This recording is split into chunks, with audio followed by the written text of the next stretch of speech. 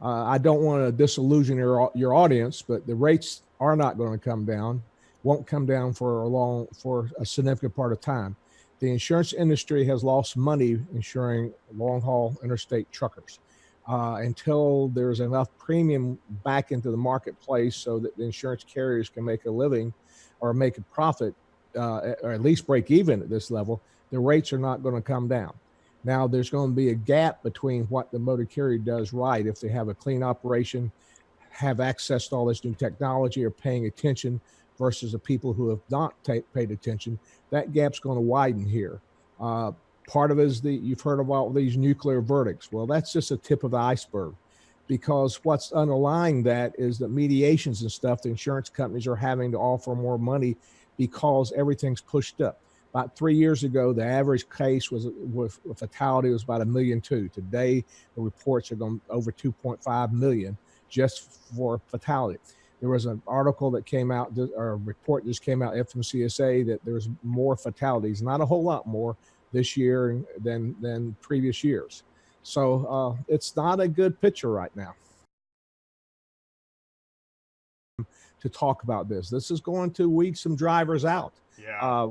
And one thing that's also a part of this that is underlying this is that the information that Rich and I are doing, and I haven't seen the results yet, but there's more failures of drug tests now because of the marijuana and the opioids in the market, in the system. So now they're going to go from the random drug testing. Random drug testing set as percentage of people who have failed or refused. If it goes over a threshold, it goes up. About 4 or 5 years ago, it went from 50 to 25 because there wasn't that many failed drug tests. But now they've gone over that threshold again. So the random test is now going to be at 50% of the pool of drivers, which is going to increase even more of drivers failing because more are going to be tested.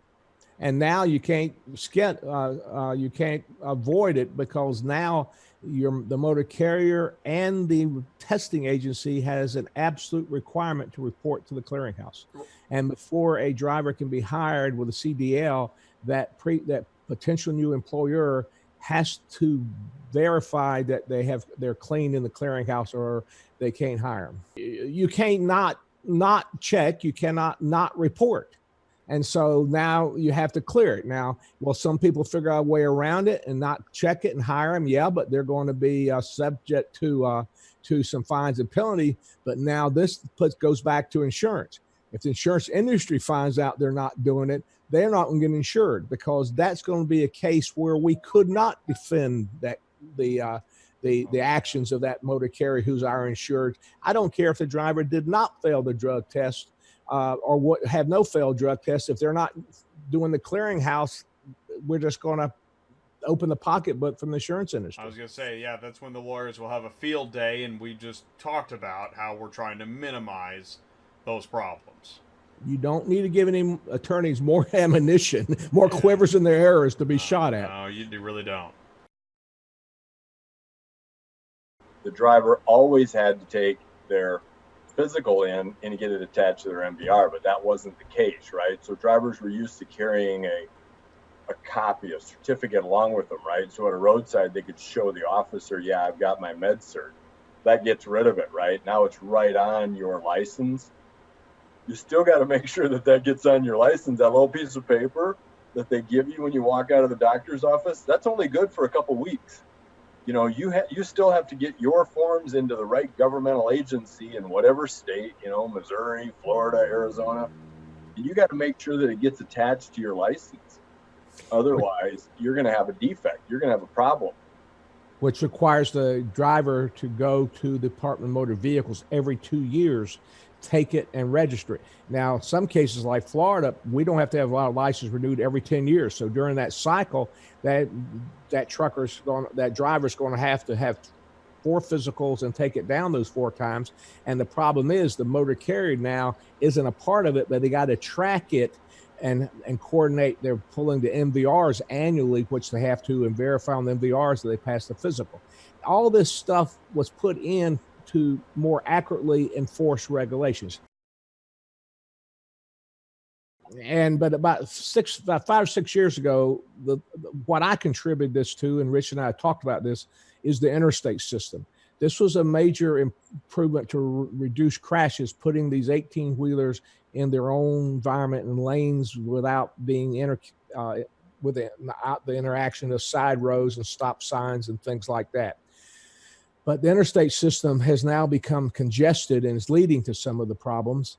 The second part about it is that we came out of the, quote, recession in the 08-09, so that became a concern, and now the truckers got more miles per unit, which increases the frequency possibility, because obviously the more times you're behind the wheel on the highway, the greater chance you're going to have a crash. And the third part about it is the lawyers have quit picking on, because of the federal government, the doctors and things like that. So they're picking on trucking companies, because the plaintiff understands about the trucking industry that everybody has at least 750 that's required, but most of them have 1 million or more. There's always something wrong involved in it, and everybody sitting on a jury would be afraid of a trucker running down the highway. What contributed this, if you look at when the loss ratios, and I haven't done a study, Rich, I appreciate your input on this, but the CSA, this new accounting scoring system came in place in 2010. And that has been a blessing to the insurance industry, because we have more data now to make underwriting decisions, but it's also been a negative because the court systems are using that against us to develop a theory they call the reptilian theory, which says this motor carrier is bad. So therefore, even though that driver did not do anything wrong today, you should punish them, jury, and pay more money, make them pay more money because of their past history. And this gets back to what the motor carriers listening to us has to do. They've got to keep their scores clean. They've got to take advantage of all this new technology to reduce crashes, to drive safe on the highway, to take care of the drivers. One of the considerations that the underwriters use, and Rich was an underwriter in the past and does some of it now in a different arena, but the longer the motor carrier keeps the driver there, the better the risk is. But yet look at the churning in the industry. There's a lot of factors here that the motor carrier can become a better insured by paying attention to their operation.